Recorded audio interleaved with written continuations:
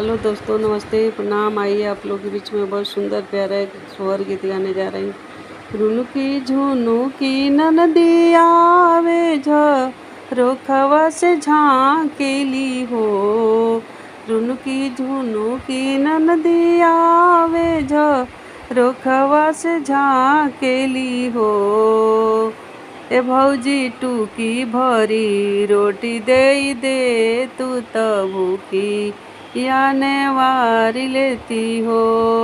ए भौजी टूकी भरी रोटी दे तू त भूखिया नेवारी लेती हो।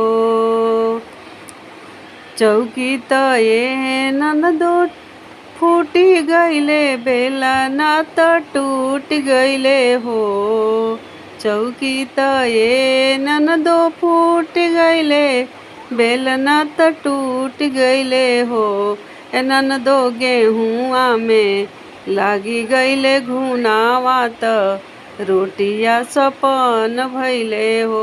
ए ननदो गेहुआ में लागी गईले घुनावा त रोटिया सपन भइले हो। रुनकी झुनुकी ननदिया आवे रोखवा से झाँकेली हो। रुनकी झुनुकी ननदिया आवे रोखवा से झाँकेली हो। ए भौजी एक बूंद पनिया पियई तू त प्यासिया नेवारी लेती हो।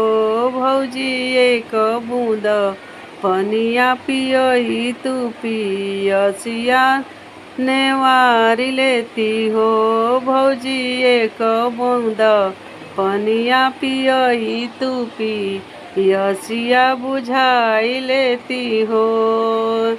घड़ीला त ये ननदो फूट गईले रसिया त टूट गईले हो। घड़ीला त ये ननदो फूट गईले रसिया त टूट गईले हो। ए ननदो कुआं ना के पनिया सुखइले त पनिया सपन भइले हो। ए ननदो कुआं ना के पनिया सुखइले त पनिया दुलम भइले हो। रुनुकी झुनुकी ननदिया आवे रोखवा से झाँकेली हो। रुनकी झुनुकी ननदो आवे रोखवा से झाँकेली हो।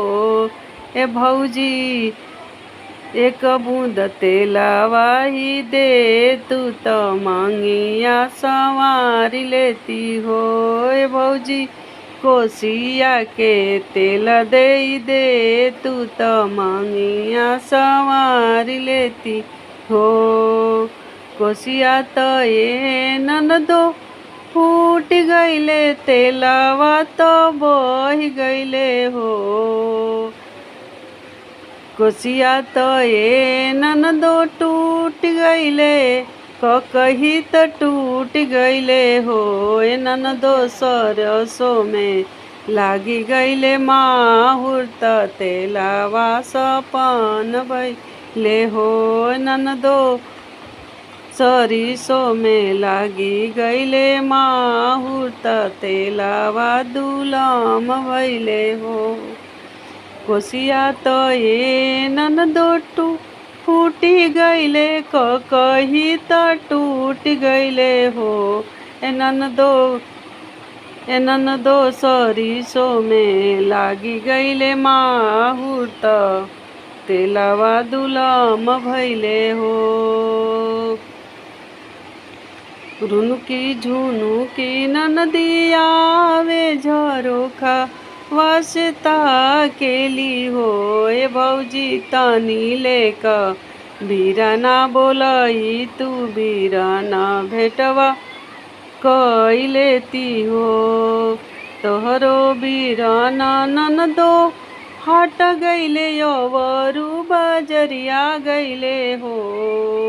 तोहरो बीराना ननदो गोहाटी गैले अवरु बजरिया गैले हो।